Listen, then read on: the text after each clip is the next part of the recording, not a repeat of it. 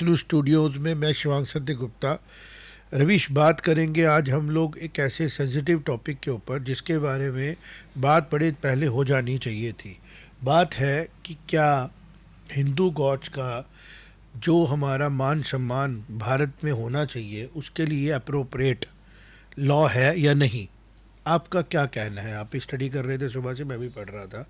जो religious acts है वो एक जेनरिक एक्ट है सेंटिमेंट सुधारने के, लेकिन जो भारत की सिविलाइजेशन को रिप्रेजेंट करती है, हमारी लिनेजेस, उसके बारे में जिस तरीके से आज हम देख रहे हैं सामान्य में, जब इंस्टाग्राम है, फेसबुक है, टेक्नोलॉजी मर्ज कर रही है, डिस्टॉर्शंस हो रही हैं, तो क्या हमारे यहाँ पे हमारी सिविलाइजेशन को प्रोटेक्ट करने के लिए एक स्ट्रॉन्ग स्ट्रिंजेंट एक्ट नहीं होना चाहिए जो हमारी सिविलाइजेशन को प्रोटेक्ट करे by protecting the gods of the civilisation of Hindu? What do you से?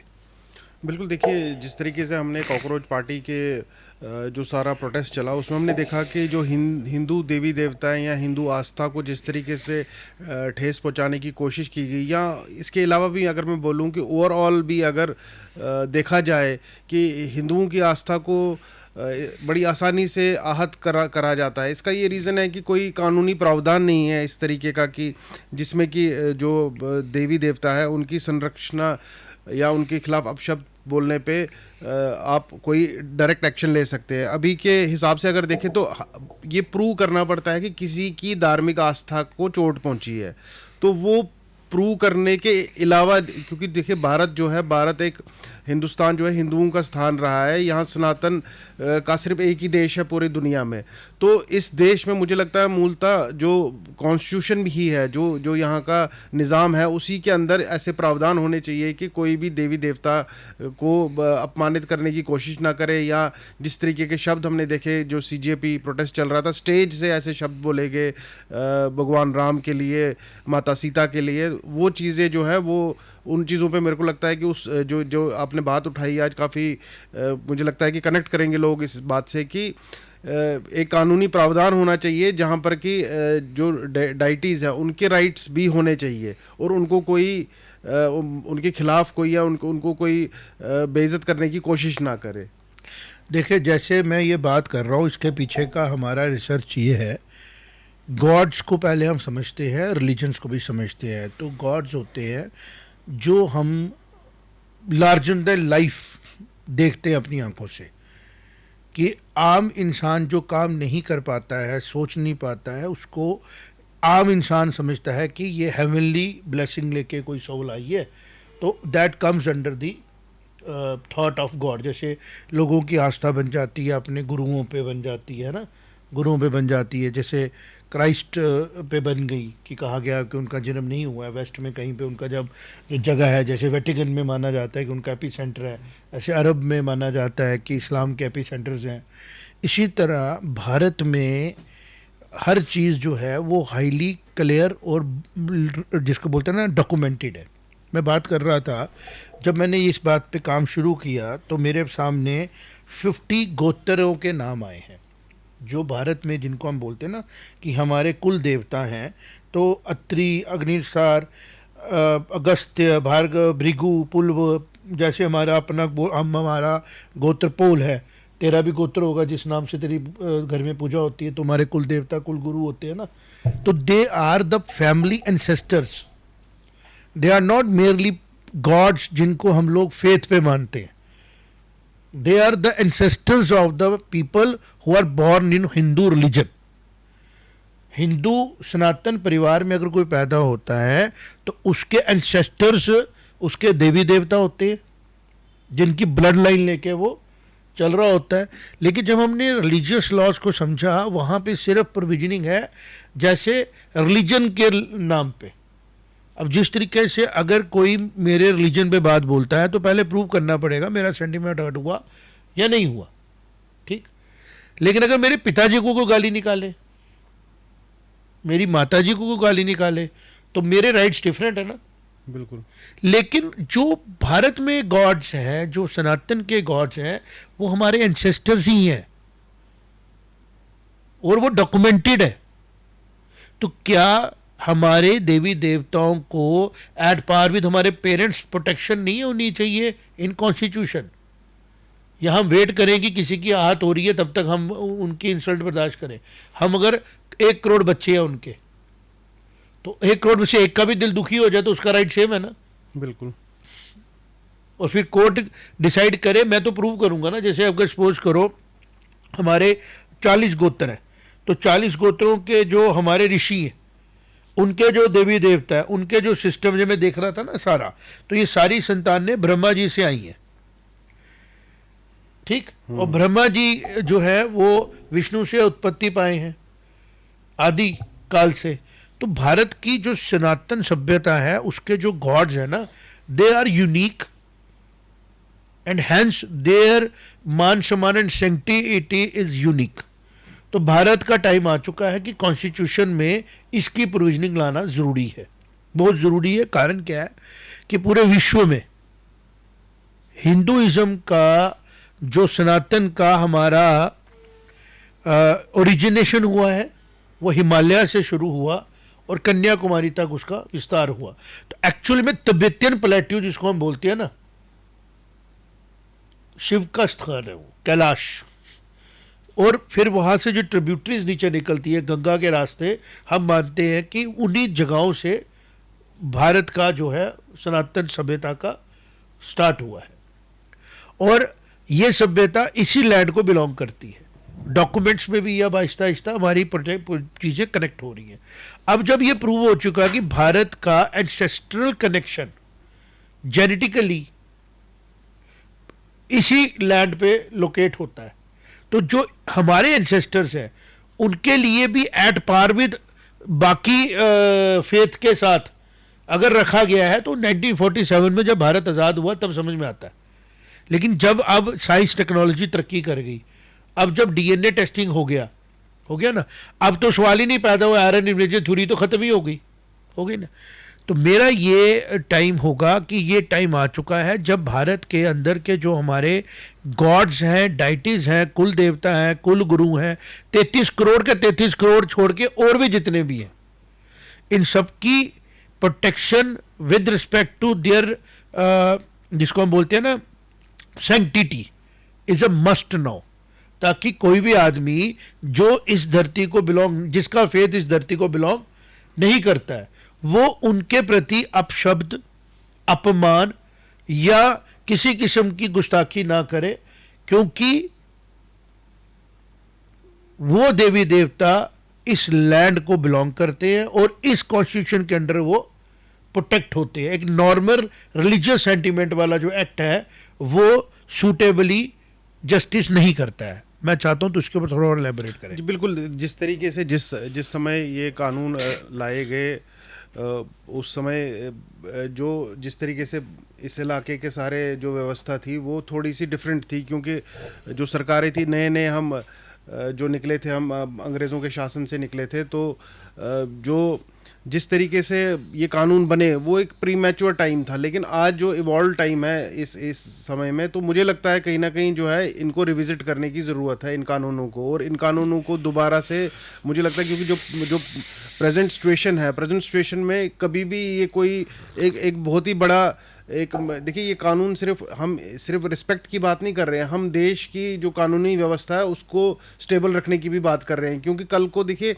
ये एक तरीके से पाप का गड़ा भर रहा है। जिस तरीके से ये इतना कॉमन हो गया है कि हिंदू की आस्था को चोट पहुंचाना, तो ये पाप का गड़ा जिस वजह से हमने चीटिंग एक्ट लाया, अनफेयर मीन्स को रोका, तो ये टाइम है कि हम लोग special Hindu deity protection act की भी डिस्कशन शुरू करें।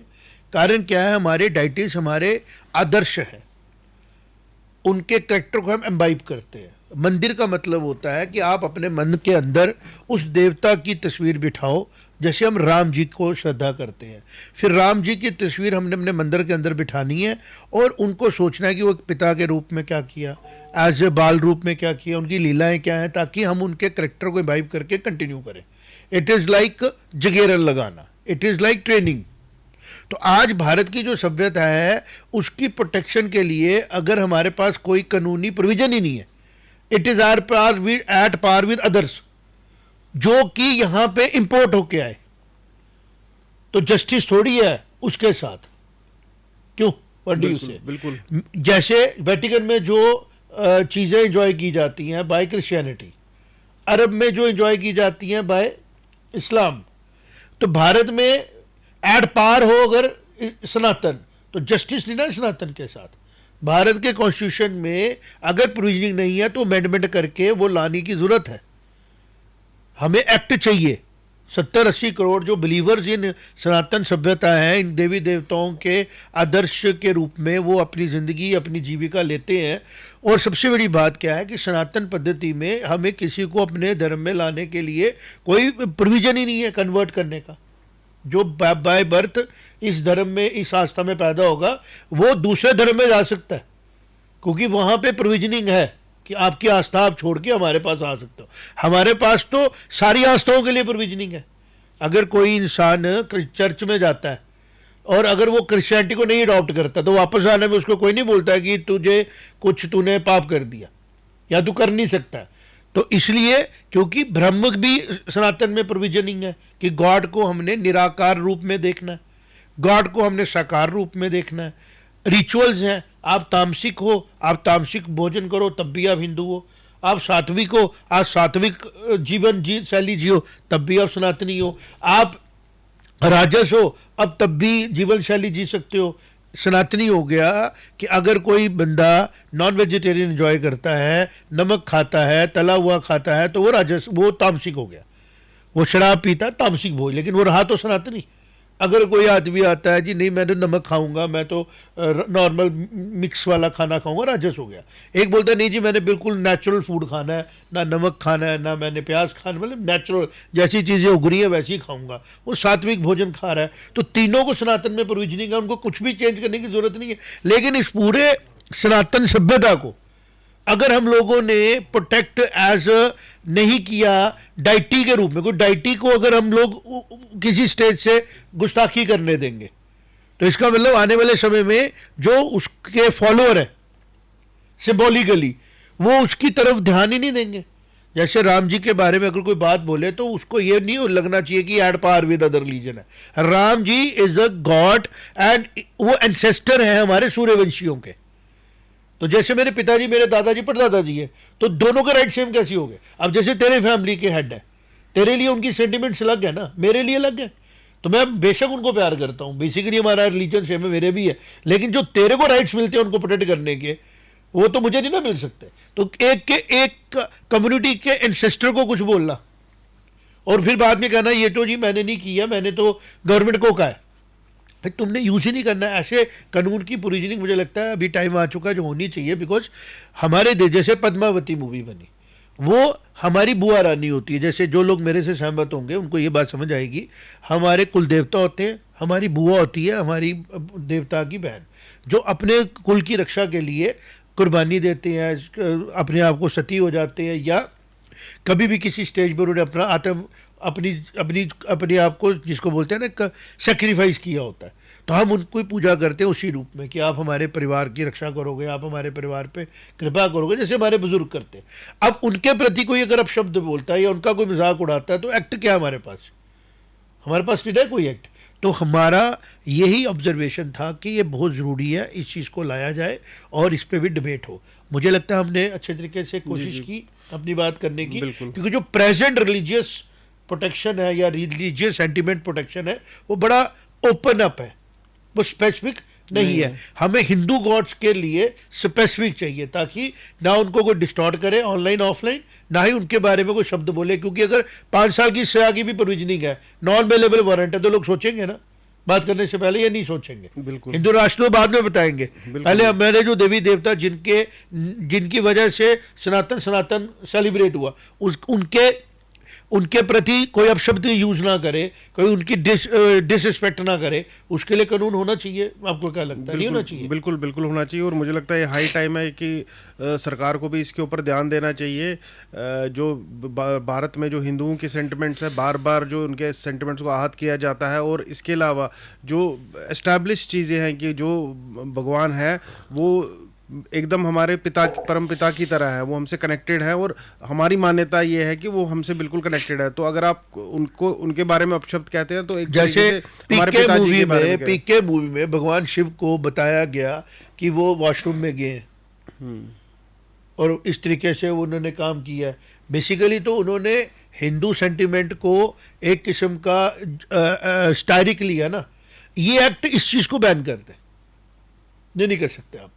बिल्कुल। जैसे जो चीज़ें मेरे सेंटिमेंट है कि I want to see my parents the way they are, I don't want to see them and to be seen by others in private works, तो किसी की हिम्मत नहीं ना होगी वो काम करने की, और ख़ास तौर पे जिनको समझनी है। क्योंकि एक चीज़ तो बड़ी ओपनली कहनी पड़ेगी ना, भारत की जो संस्कृति है, भारत के जो हमारे रीति रिवाज हैं, भारत के जो हमारे अपने कुल देवताओं के, अपने देवी देवताओं की हमारे जो रिचुअल्स हैं, वो भी प्रोटेक्टेड होने चाहिए ना। अब जैसे भारत मूर्ति पूजा में बिलीव करता है, लेकिन उसमें कोई ऐसी प्रोविजनिंग नहीं है कि जो मूर्ति पूजा में बिलीव नहीं करता है वो आपके लिए सब्जेक्ट ऑफ हेटेड है। मैं ये बात फिर से बोलूँगा कि अगर कहीं पे कोई ऐसी रिचुअल्स है, जैसे तू पूजा करता है मूर्ति में भगवान की, और अगर कोई और इंसान है जिसको ये बोला गया कि जो मूर्ति में पूजा करता है वो सब्जेक्ट ऑफ डिसरिस्पेक्ट है, वो एक लो लेवल का आदमी है, तुम उसको हार्म कर सकते हो। ऐसी प्रोटेक्शन तो नहीं ना दी जा सकती, तुम किसी को हार्म नहीं कर सकते। अगर कोई तुम्हारे रिलीजन में बिलीव नहीं करता है, तुम्हारे फेथ में उसका फेथ नहीं है, तुम उसको हार्म नहीं कर सकते। लेकिन अगर ये प्रोविजनिंग है तो ये एक्ट होना चाहिए वहां पे जहां पे ये रिलीजन्स ओरिजिनेट हुए और उनका अपना जोग्राफिकल आइडेंटिटी है। अगर वो कहीं इंपोर्ट होके आ रहे हैं तो उनको अपने आप को उसी तरीके से चलाना है जिस तरीके से वहां पे चीजें एक्सेप्टेबल है। अगर वहां पे ये नहीं है तो ये कॉन्फ्लिक्ट है।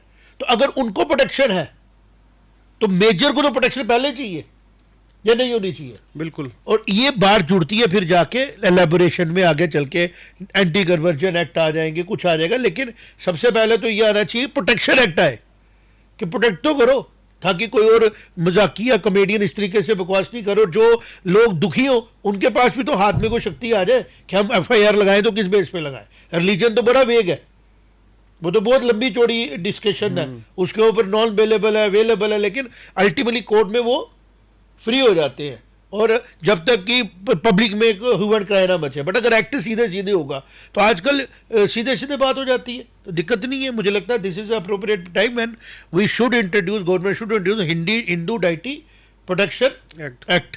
अब अगली बात करेंगे रिजर्वेशन पे। पहले भी हमने की थी, मैं खुशी हुई को डिबेट डिस्कशन शुरू हुई।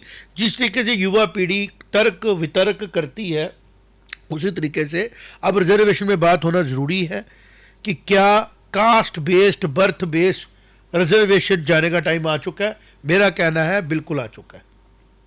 अब रिजर्वेशन आपकी सिर्फ एंड सिर्फ टैलेंट बेस्ड होनी चाहिए एंड मीन्स बेस्ड होनी चाहिए, कि जो लोग वेल ऑफ हैं, जो लोग एक जनरेशन से अच्छे तरीके से हर फैसिलिटी कर पा रहे हैं, उन लोगों को अब डाटा बेस बना के देखना पड़ेगा और वॉलंटियर करना पड़ेगा कि भाई साहब ये जो मेरे हिस्से की फैसिलिटी है आप उस इंसान को दो जिस तक फैसिलिटी नहीं पहुंच पा रही है।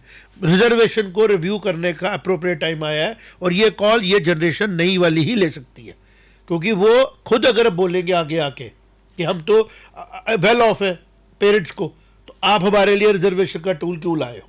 तो मुझे लगता है आने वाला समय समाज और जुड़ाव की तरफ बढ़ेगा। मिनॉरिटी, मेजॉरिटी, कास्ट, क्रीड, इन सबसे बाहर आके reservation is only for the people those who are not able to immediately have the facilities to compete with all others।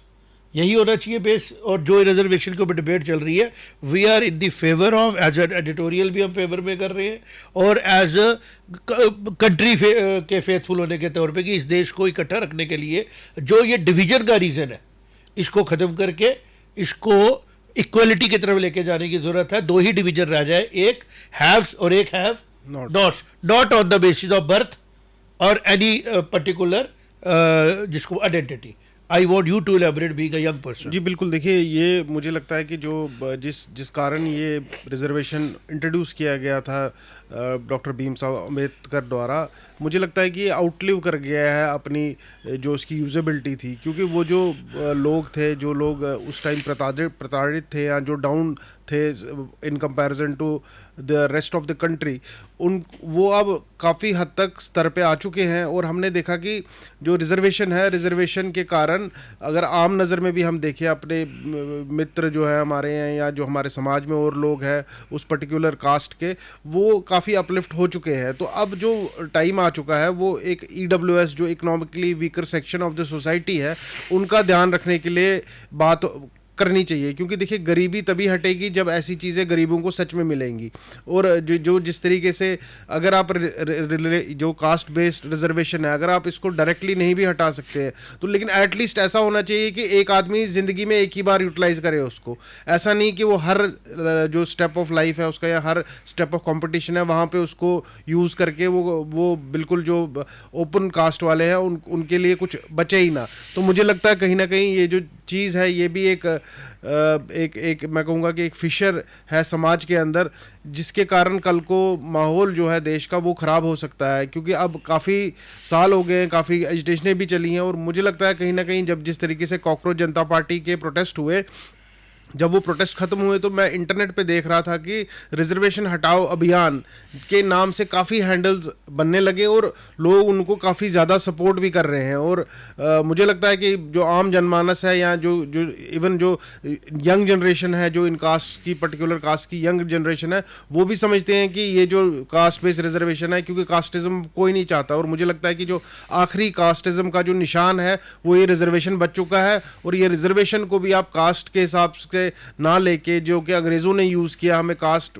Base पे तोड़ने के लिए, उस कास्ट बेस पे न रख के आप समाज में जो इकोनॉमिक जो स्थिति है बंदे की, जो फैमिली की, उस हिसाब से ही आप रिजर्वेशन दे। काफ़ी हद तक हमने देखा कि EWS के लिए जिस तरीके से सरकार ने बहुत सारे काम किए, उनके राशन कार्ड्स भी अलग हो गए हैं, और जिस तरीके से उनको ज़मीन या घर दिए जा रहे हैं, उनको राशन दिया जा रहा है, तो लगता है कि मुझे लगता है सरकार भी इस सोच में रहेगी और जो ये रिजर्वेशन है इसके ऊपर पूरे तरीके से एक बार और भारत को जोड़ने के लिए रवीश, ये सारे डिवीजन के जो तरीके हैं ना, ये बैड पॉलिटिक्स के वजह से आए हैं। एक समय हो सकता है कि जब हमें इसकी ज़रूरत थी, आज हमें ज़रूरत है, डाटा है, एनालिसिस है, आर्टिफिशियल इंटेलिजेंस है, गूगल मैपिंग है, हमें सारे डाटे आते हैं। हमें एक सिंसियर सरकार के स्ट्रक्चर की ज़रूरत है जिसमें मेरिट, टैलेंट सर्वोपरि हो, और किसी किस्म का, जिसको हम बोलते हैं ना कि इमोशनल डिवीजन का स्कोप नहीं हो। ग्रुप्स हो भारत के हित में, और उन लोगों के बीच में लड़ाई हो कि ज़्यादा हित कौन कर सकता है। कम हित करने की तो बात ही नहीं है। तो जो ये प्रेजेंट रिजर्वेशन है ना, ये सबसे बड़ा नुकसान क्या कर रही है, ये रिजर्वेशन जो है ये टैलेंट को कंप्रोमाइज कर रही है। एक दूसरा, भारत मॉब हैंडलिंग की तरफ जा रहा है, टैलेंट सर्च नहीं कर रहा अपने आने वाले समय के लिए। मतलब ये है कि 80,000 बच्चा पेपर दे रहा है किसी सीट के लिए जिसमें टैलेंट सर्च हो रहा है किसी बड़ी डेवलप कंट्री में। इंडिया में वो 25 लाख हो गया। तो इंडिया का जो पूरा इंफ्रास्ट्रक्चर है वो मॉब हैंडलिंग कर रहा है, भीड़ हैंडल कर रहा है, वो टैलेंट सर्च नहीं कर रहा, वो गोल्ड नहीं ढूंढ रहा है, वो पूरे का पूरे पहाड़ को लेके बैठ गया जिसमें से अलग अलग मिनरल्स हैं। मेरा ये कहना है कि टाइम हैज़ कम जब हर एक चीज़ अपनी जगह पे खड़ी हो, ठीक है ना। सारी चीज़ें गोल्ड है, जहाँ जहाँ आयरन काम आना है वो आयरन ही काम आना है, वहाँ गोल्ड थोड़ी काम आना है। जहाँ गोल्ड काम आना है गोल्ड काम आना है। हर आदमी गुण के साथ पैदा हुआ है, भारत की सभ्यता में इसके लिए पूरी प्रोविजनिंग है। तो जो जिस काबिल हो, जिस पोजीशन में हो, उसी में वो सेलिब्रेशन करे। और अगर हम ज़बरदस्ती किसी को किसी पोजीशन में बिठाते हैं तो हम larger interest of the cause को कंप्रोमाइज करते हैं। तो time has come when young generation should come out and they must be clear कि हमें रिजर्वेशंस की जो ज़रूरत है वो टेक्निकली करेक्ट चाहिए, डेमोक्रेटिकली भी करेक्ट चाहिए, बट जिसको हम बोलते हैं ना कि एक मिसचीफ तरीके से करेक्ट नहीं चाहिए। जो मिसचीफ कुछ लीडर्स के दिमाग में आया कि हम किस तरीके से 35-36% वोट लेके पावर में आ सकते हैं। हमें चाहिए ऐसी सरकार जो 100% वोट लेके आए और पावर में आए, मतलब वोटिंग भी 100% हो और सरकार भी 70% वोट लेके आए। ना कि एक देखो जी किसकी पॉपुलेशन ज़्यादा है उसका वोट कैसा ले, चाहे वो फिर टोटल वोट पॉपुलेशन का 30% हो, मतलब जीतने वाली सरकार 30% लेके आ गई क्योंकि बाकी वोट डिवाइड हो गया। बात समझ में? That is not a democracy, democracy है अप्रोप्रिएट प्रोपोर्शनेट वोट आए, लेकिन majority should be majority. Means क्या कि 70% 80% वोट लेके पार्टी आए, तब जाके पता लगेगा ना कि सबका विचार चल रहा है। जब 5 पार्टियों में वोट डिवाइड हो गया 25% या 4 पार्टियों में हो गया 20% या 10 पार्टियों में होगा, तो मेजोरिटी थोड़ी आई। तो टोटल वोट किसका आ गया है? जिसने ज्यादा वोट मैनेज करके सीटें ले ली। तो वही कारण था इन रिजर्वेशंस को लाने का, लेकिन उसका लॉस भारत ने बहुत भुगता। हम टैलेंट को लूज कर गए और जिस वजह से हम लोग ग्लोबल लेवल पे इकोनॉमी भी स्टेबल नहीं कर पा रहे। मेरा ये कहना था। अब आप कंक्लूड करें इस जी discussion बिल्कुल। को। मेरा दर्शकों से भी अनुरोध है कि आपके क्या विचार है इस सारी डिस्कशन के ऊपर, कृपया कमेंट बॉक्स में ज़रूर लिखें। हमसे जुड़ने के लिए धन्यवाद। जय माता दी। जय माता दी।